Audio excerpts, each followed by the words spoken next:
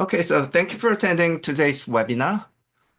Today's webinar topic is to review the the digital health ecosystem in year 2024 and what to be expected in 2025. So most of my review is based on I have done for a year with great speakers through my webinar series. So I already share my summary of the whole topics and content and speakers. So if you have not have my summary, then just let me know. I already posted in my LinkedIn profile, so you can find it or not, and you can just let me know, then I will share it. Okay, so I'll briefly show the summary, and then maybe you can see what I have done before.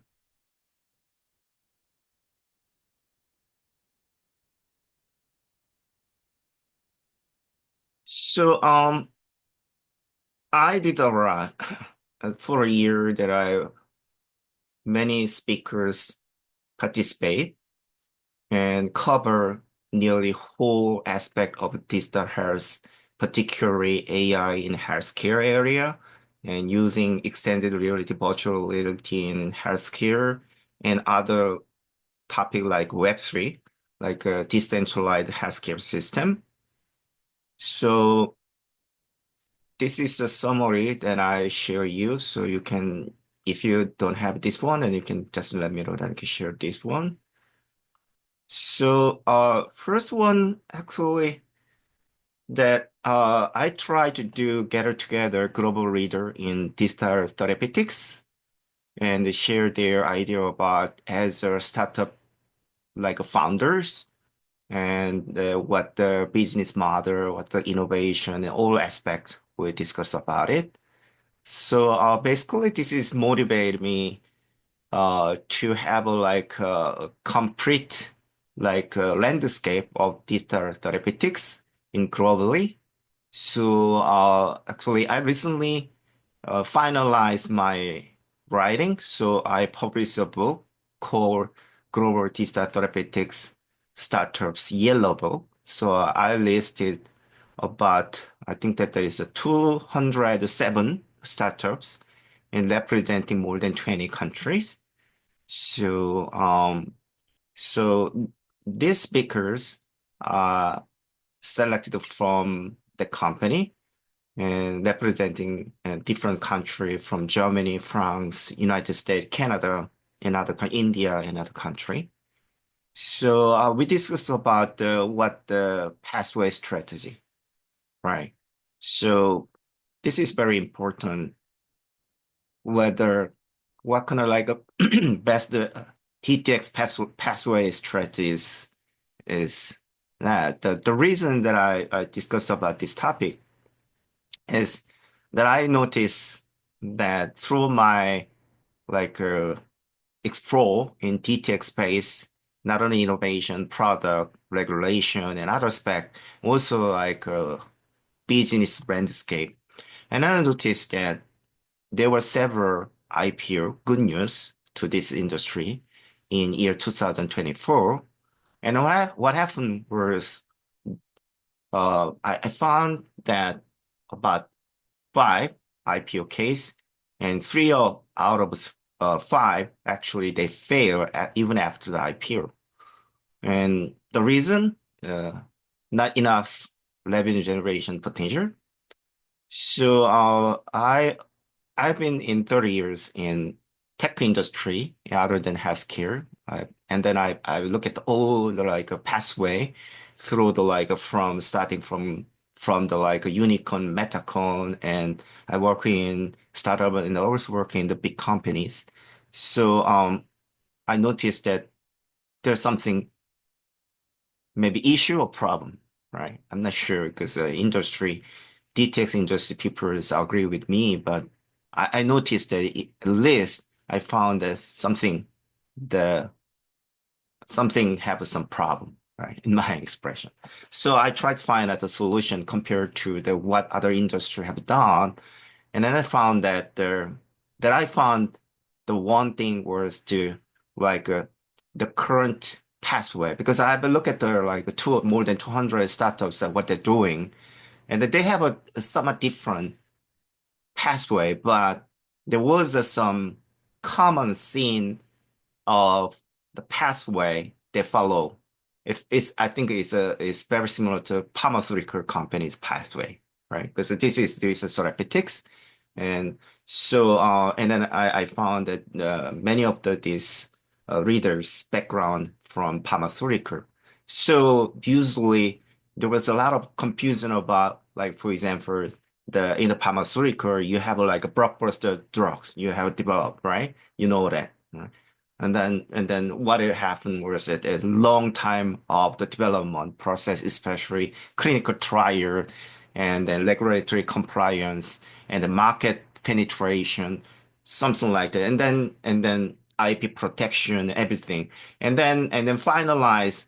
And then once you have a successful, like I found that like only 1% actually the successful out of the 100 like R&D for the new drug discovery, but it's valuable. It'll be worth it because the blockbuster and then you recover all the cost you have spent. But DTEX is not the way I found. So I don't want to say too much, but actually the something different pathway, more strategic way is required. So and that's why then and then how actually the revenue generation usually that people in this industry blame about, for example, United States, like a reimbursement issue, right? Because the healthcare mainstream insurance or payers are ready to adopt this DTX.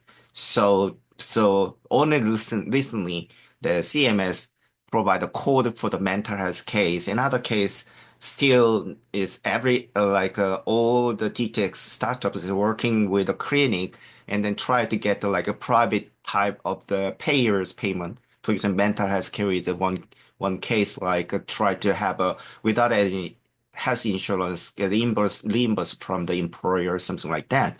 So sustainable revenue generation, even the over the counter market is not yet because, for example, that one example, Achilles Endeavor RX is over the counter. They change it from the prescription based to over the count, and then they just like provide to the customers. Usually, that they targeting the ADHD children, so their parents payer, so in the over the count, but even with that, actually, I found that a lot of the like that have a difficulty in revenue generation matter.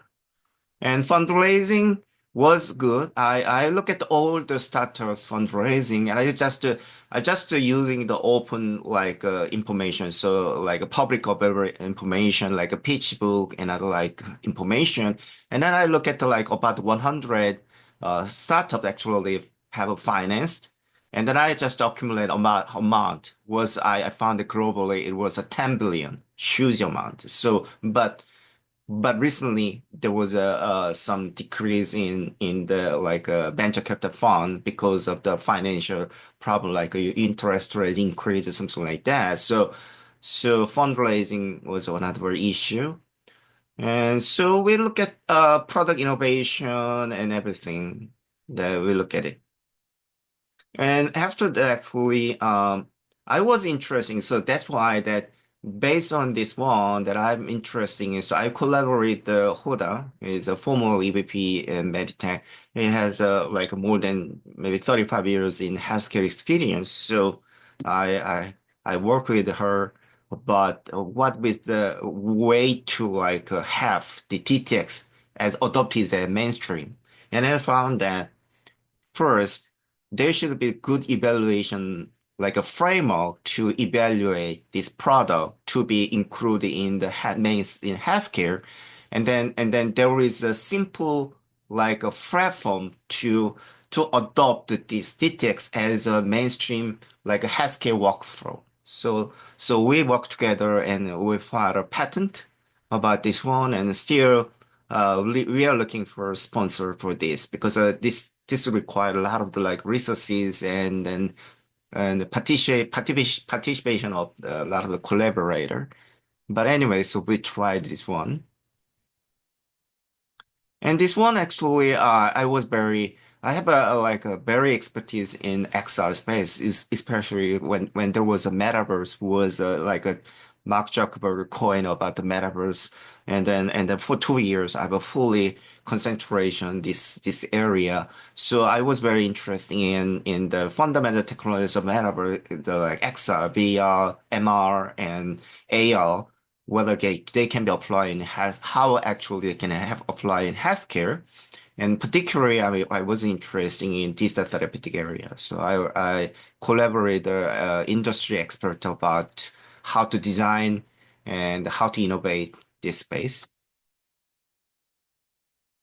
And this one as particularly, I found that in the DTX and other space, uh, the most interesting topic in healthcare is mental health care. So I have some opportunity to with industry expert about how actually AI XR can have to like a mental health care problem, right? Because so for example, like there is a stigma, so people tend to hesitate to go to mental health screening, and even with that, actually, that have mental health screening is there is a like lack of the like professionals, and then so they are very busy, and then so it's very difficult to get a good care. So this is a good space that to AI and XR can support this kind of issue in the mental health care. So this is one of the thing that the healthcare, that what really people care about, the three factors, well-known factors, is the value, like how you can actually provide a valuable like a service, healthcare service to patient or people, right? And then how you reduce the cost, right? And then in the like reduce cost, and then high value, and then accessibility. That is like a public way, like a publicly the healthcare system can be equitable, can be access to any people, right? So this is the one actually that usually the digital has it is supposed to like to to solve this kind of like have to support to solve this kind of problem. So we look at this one. And this one, more bigger scale, like not just to in the digital therapeutics. I've looked at the like I just because there are I have discussed with several like professionals about what you define by the digital health. So my definition of a digital health is to power by digital technology to complement or support or maybe provide new things to the traditional healthcare domain. So what I've looked at, like, for example, in the healthcare, what to think about is in clinic, right? What the function of the clinic is for the patient care. So in the patient care means screening, diagnostics, and treatment and prevention, right? So I look at this space. And also like in the patient side, it was like usually you know that the recent trend is like a patient like the hospital at home project, like it's a home care telemedicine space, right? So virtual care. This is one other space. And another space is supporting to enable this kind of healthcare service. What is in like supporting, for example, biomedical research, clinical trials, drug discovery. So I look at this whole space, and then I accumulate about the 500 like startups working in this area, and then I started categorize them, and then I found that some area was very advanced, some area is not. For example, like the if not they are directly related to like a patient care, like biomedical research or drug discovery, a clinical trial is somewhere in between. And then they are well adopted. But in the like when they relate to directly to patient and then clinicals, then they are less adopted. So I found that, for example, that I'm starting to explore this healthcare and particularly health tech area starting from last summer. So I've been about 1.5 years in this space. Before that, I have 30 years in other industry. And then I found that I actually I just for statistics. This is a statistics actually. I connected. I just counted my LinkedIn connection that I connected over 1.5 years my explore this space. I counted about with the title their name is Digital Health in their profile and in my network, right? Not just among others. In my connection, I found about 700 in my network. So very popular topic, right? But I found that not much actually they are adopted as a mainstream healthcare. So everyday healthcare service and then using their like a digital health in everyday practice of the healthcare is not yet. So I decided to like gather together the all different aspect of the the healthcare area and then how they can be as a mainstream healthcare. So we discussed with like a industry expert to talk about it. So you can look at it. And then I was very interested in that the other supporting space, drug discovery and clinical trial space, and then whether the AI and real world evidence can be like a power this space more like an innovative way to produce a clinical trial drug precision drug discovery. So I look at this one. And this is one actually, this is was a local event. So I hosted as this session I chair, and then we get it together in person meeting. So I gather together the industry like expert, especially in the Boston area. So I will look at the very different topic, but usually our target was to the main healthcare technology like AR, XR, Web3, and how they actually can boost digital health collaboration. So we discuss a lot. So convergence of this technology and then the mixed reality in healthcare and interoperability and digital health technology as a like a venture capital friendly medical so investment side and platform side, strategy side. And so we discuss a lot about this one. And then this is one actually I was very interested in the large language model that can be how they can be driving this next wave of healthcare. So especially that how they actually can contribute to healthcare system interoperability and integration. So we discuss about this topic in practical ways. And then this is one another topic that digital twin, I barely have expertise in digital twins in other industry. For example, like environment protection or digital twin for like industry automation in other space and automotive space. And then I found that digital twins was very powerful tool in healthcare. So I tried to have opportunity to have this space. So we explore with the founder of this innovate digital twin healthcare space. And another topic that I'm interested in was in the like a precision of the healthcare, like a precision medicine. And then so we look at the what the current state of the genomic data utilization and then how actually they can utilizing using AI to unlocking new frontiers, right? So this is actually that, for example, that in the biomedical space, there are a lot of activities. You're in from the biomedical space. There are a lot of activities recently about utilizing DNA, RNA, and protein and cell therapy, right? So they're trying to do have like a new drug targeting new drug development, utilizing genomic data information, like to targeting particular patient, personalized, and targeting particular symptom, particular disease.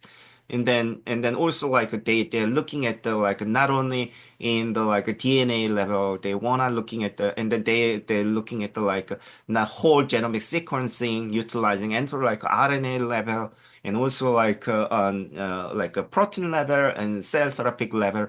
So they all utilizing AI with the genomic data. So we look at with the industry expert in this space, so looking at the whole topic, and then it found that genomic data is now is just a norm, right? Because whenever you do explore like a multimodal analysis of your health condition, right? And then usually the before in digital has the like a traditional tool or the sensors and smartphone wearable like and then also like there are like monitoring device, but also that this genomic data is a natural way to integrate. We look at like how they can be integrated in like this kind of wearable device or something like that. So we explore this space. And this is a particularly that not much popular in mainstream healthcare, but we look at the Web3. Web3 means a decentralized way to have a system. So I invite the industry expert. She's actually the doctor. So we look at the not only the like industry supporting, for example, the Web3 is usually based on blockchain. So there are characteristics of infrastructure characteristics. So for example, they are using like a data privacy, data exchange or something like that. But I want to be working on the like high level, like not just the infrastructure level and actually in the patient care or something like that. So try to have an idea that whether website can like directly involve in the like a cleaning level, like the application, something like that. So that was a very hot topic that I'm still interested in this space. And this is one, and recently, I'm looking at the healthcare AI agent, right? So why AI agent is a boom, right? For example, the Mark Zuckerberg, he actually the coined the metaverse 2 years ago, and then he fair in the consumer market, and then it went to like XR device and AI. You may know about it. And we recently had another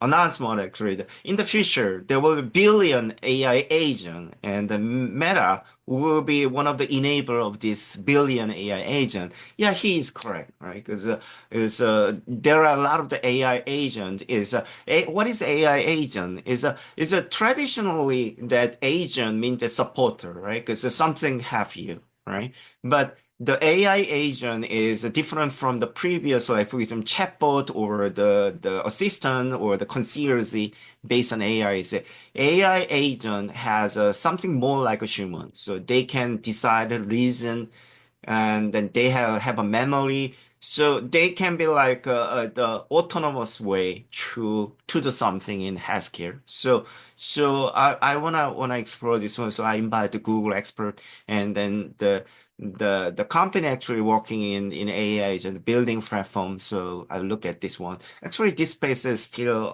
under my research. Actually the before this webinar, actually I was working in the healthcare AI agent space, what kind of startup innovators working in, and then I'm planning to writing a book about this topic. I already writing a book, or actually I have a published one very compact book. I'm thinking about more like extended book that in addition to that, recently I published like two books and preparing one book.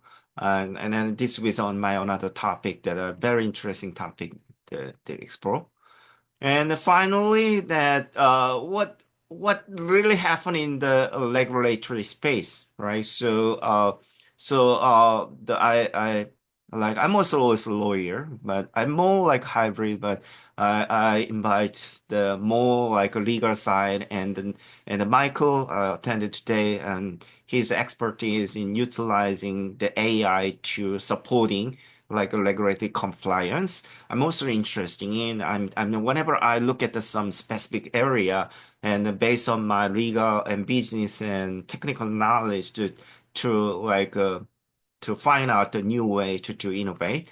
So this is another topic that actually what happened is that for example that in you know that there are a lot of the globally there was utilizing AI. There was like ethnic issues and equity issues, like bias issues, a lot of issues.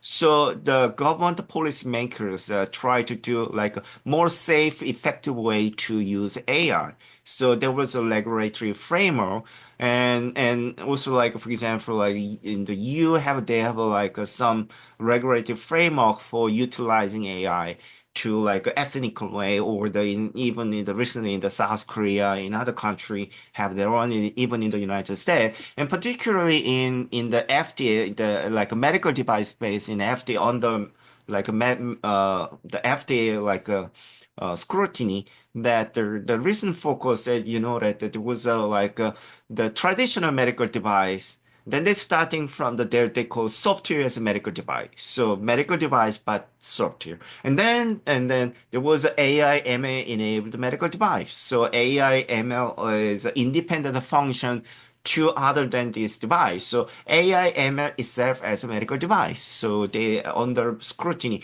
And then even with that, recently there was a generative AI powered medical device. The difference is that they can create something, right? So, so, so for example, that when you have the FDA clearance of 510(k) or the de novo or whatever, that actually they need to test your safety and under your intended use condition. But that can be changes, right? For example, in the generative AI can change their function, retraining. So even if you're under your FDA approved, even after your market, actually, they can be changed their intended use, and so there was a complex issue. So that's why that the FDA recently have a developed framework, like for example, like a total life cycle, like a framework. And so during the life cycle of the management, so pre-market, post-market, and then and what the at this stage, what we the good regulator scheme to reflect whatever you change, and then they will be reflect without any real promote or something like that. So we have already this several topics. I then all recorded in my YouTube site, so you can look at it, or if you're interested in this area. So I just based on that, I look at it. So the the most important thing that I'm now currently looking at is this one, right? Because whenever I talk about in my webinar, actually, that I have some motivation to enter this space 1.5 years ago, and then through my explore, then I envision as in the high tech area that uh highly personalized healthcare system will coming in future. And then I found that, for example, that I found that I look at a lot of innovation in utilizing smartphone wearable device surrounding you, and that they monitor you, they know very well about you, and then once happen you have some health condition, whether it's happen or it will be happen in the future, they will have a best solution to you, right? And then and from that idea that I look at the DTX and other digital space and AI in healthcare that actually can implement, and then I come up with several ideas to that. And recently I have filed four patent and two patent about this space. One is to how to actually simply generate DTX innovation, and another is a PDURS, is a drug-related software, right? So DTX is based on therapeutic treatment, right? Non-pharmacological. And PDURS is a late pharmacological. So I think about what happened, because I think that in the future, quantum computing with a computing power, with a very powerful AI system, and then what happened is that based on I think about is my innovation is very starting what happened that you are surrounding by these AI agent doctors, All right. This is happening now, right? Because already mentioned that there was some initiative like connecting all different AI agents through a decentralized way. They call Web3 AI agent. And then this AI agent can be your like a personal doctor, right? And then they connect even they can be ambient to you or in a global space, but they're connected. And then they will be to assist you and then maybe in the future, but I'm thinking about starting from my current innovation is the very simple way to generate DTX and PDURS. That's my innovation. And then you have more sophisticated and then in the future that what happen is that this ambient agent will know you and take care of your health holistically, and then they will be generate your personalized DTX, your personalized PDURS in the suggestion of like a pharmacological. So and then even predict what you have in the future, right? And nutrition and lifestyle, everything recommended to you, right? So I think that the my recent focus is how to actually implement this AI agent in healthcare and how they actually can integrate, expand it to like connect each other. So I'm planning this one in starting from January 9. I'm going to have some global network this one. So I already collaborate the Boston area Web3 and healthcare professionals to have some initiatives one. But this is one actually that I've seen for a year. So so I think that I leave you everything that I want to hear from you that just to greet you, introduce you, and then share your insight, well, whatever, because this is the end of the year, right? So I'm starting next year in the new webinar series. And so I thank to everyone because I counted that how many actually the participants or and through my 1 year endeavor. I have in the duplicate. I found that about average about 200 participants. And in my webinar is over about the 30. And then but I just counted removing duplicate about I have about 1,000, and then you see that there are a lot of the speakers already participate. So I thank everyone to participate, and then it helped me around, right? Because someone asked me why I'm doing whether I'm really have a for example when I preparing, I'm thinking about topic agenda for myself, right? I'm look at the search, right? What the trend. So I learn around, and then I prepare like for example some content. So I learn around, and then I try to find out the speaker. So I need to know about at least the who is who, right? So I learn around, and then through the contact with the speakers, participant, I learn around. Through that actually that for a year. I just mentioned that I was in another industry. Now I'm very like comfortable to talk about in any kind of the healthcare from diagnosis, clinical, digital health, and therapeutics, like pharmacological and other like a clinical trial, drug screen, whatever topics. I'm really learn around. And then I preparing several books and then was already published 2 books and 4 new patent about this space. So this came out from this my endeavor with webinar. So um, I didn't get any pay for the money, but I pay back for this interaction. So Michael, do you have anything to you want to share?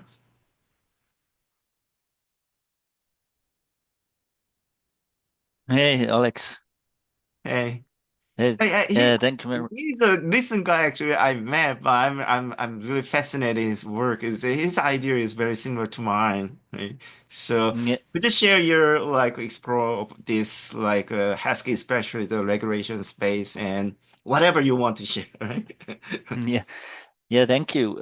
Yeah, so I working in the regulatory affairs area, especially medical device and in vitro diagnostic products. And I work there already 15 years. So, and with the AI that's getting better and better, I decided to go more deep into the AI space to make the regulation more accessible. So, and that's a little bit our goal to help startups, small businesses, and also bigger companies to get easier access and a better understanding of all this kind of regulation that out there. So we are doing that on a global manner. So that's, for example, FDA, also the European Commission, all the MDSAP countries like Japan, Australia, um, and so on. And it's quite interesting, but also challenging. So AI sounds often great, and people have an expectation that with AI everything works well, but that's not always the case. So in the end, it's always really important to have really great data behind the system, good data, structured data, and without that, it's also when you use AI, it's not possible that you can create something that's really useful. So I would say when I can give something away, it's always that you need really, really good data to use and really uh, uh, improve your system with AI. Thank you. Okay, so is there anyone? Nick, do you have anything to share?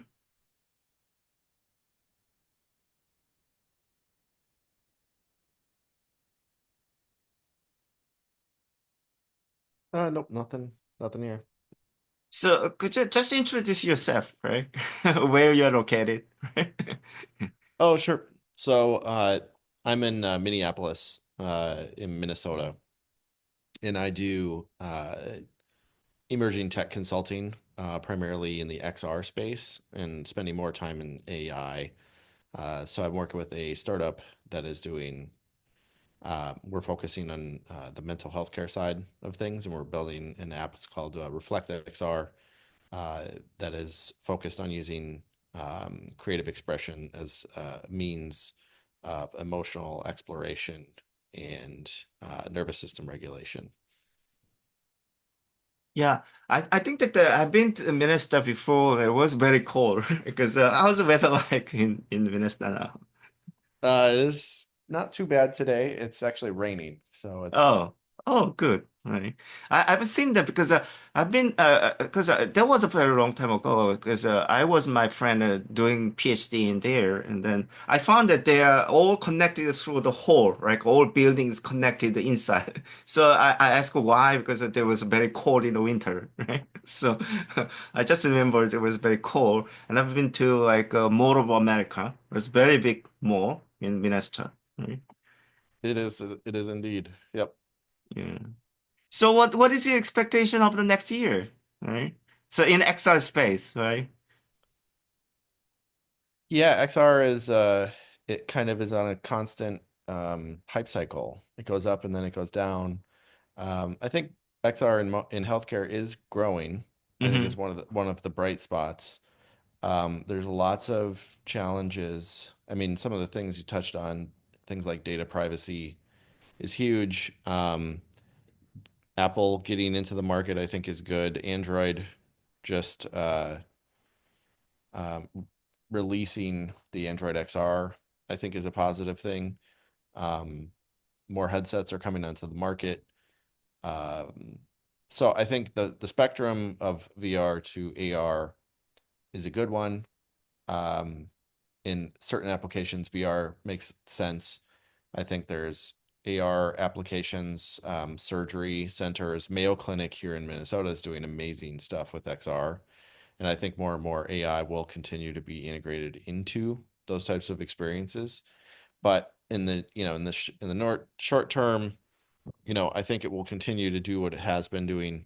I think in the long term, adoption is going to come down to things like data privacy, cost of headsets, and then user, you know, experience and behavior. Um, because I think, I having been doing this for 6 years now, I have to remind myself that, 80 to 90% of the population has still never used VR or XR in the context of any level of professional application. And it's going to take a long time to get people onboarded and adopted into that type of a platform.